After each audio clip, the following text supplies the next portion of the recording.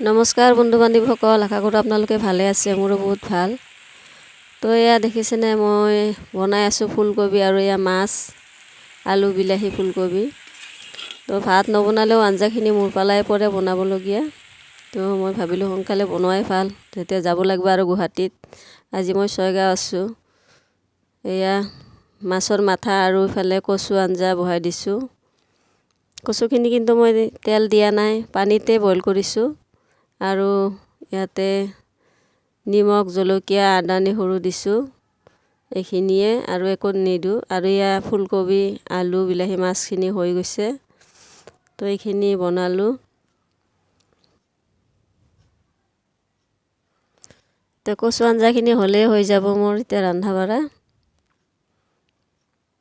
ক'লা কচু হৈ গ'ল, এতিয়া চাকি চাব আমাৰ জাজ। এইটো হ'ল জাজ, চাকি চাই ক'বা দেই কেনে লাগছে। কেনেকুৱা হৈছে? বঢ়িয়া হৈছে, বঢ়িয়া হৈছে না? মাংসৰ নিচিনা হৈছে। 3 বছৰ মূৰত বনালোঁ আজি ক'লা কচু আঞ্জা, মাছৰ মাথাই দি। আজি কচু লৈও যাম ছয়গাঁৱৰ পৰা, খাইও যাম লৈও যাম। মাছৰ মাথাই দি তেল নোহোৱাকৈ বনাইছোঁ কিন্তু, বইল, হা, তেল নোহোৱাকৈ। বঢ়িয়া, পিতাই ভাল পাব দিয়া। মোৰ কথা নকয় কিয়া, এই আৰু এজনীয়ে খাই আছে বা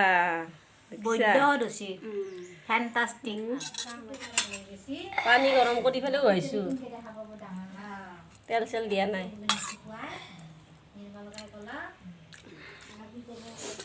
এইবাৰ আমাৰ জাছে এইবাৰ আঞ্জাও খাই চাব, জাজ কৰি চাব কেনে হয় আঞ্জা। আঞ্জা কেনে হৈছে? বঢ়িয়া বঢ়িয়া। সঁচাই কৈছা না মিছাই কৈছা? বঢ়িয়া টেষ্টি হৈছে।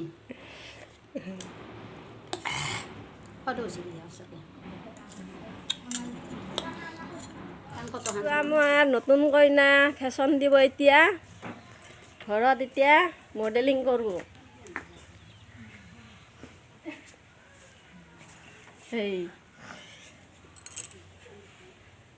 এইটো আমাৰ বাইদেউ।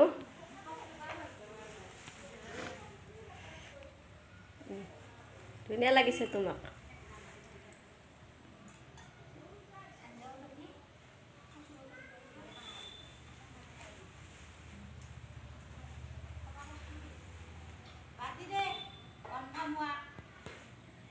কালি ঘৰত আছিলোঁ ছয়গাঁও, আজি এতিয়া যাওঁ। এইটো আমাৰ মায়ে ছয়গাঁও। বুঢ়া হৈছোঁ দে। মায়ে বোলে বুঢ়া হৈছে দে, সদায় কোনে ডেকা থাকব, আমিও বুঢ়া হ'ম, হ'লোৱে। চুলিকেইডাল বগা পৰছি।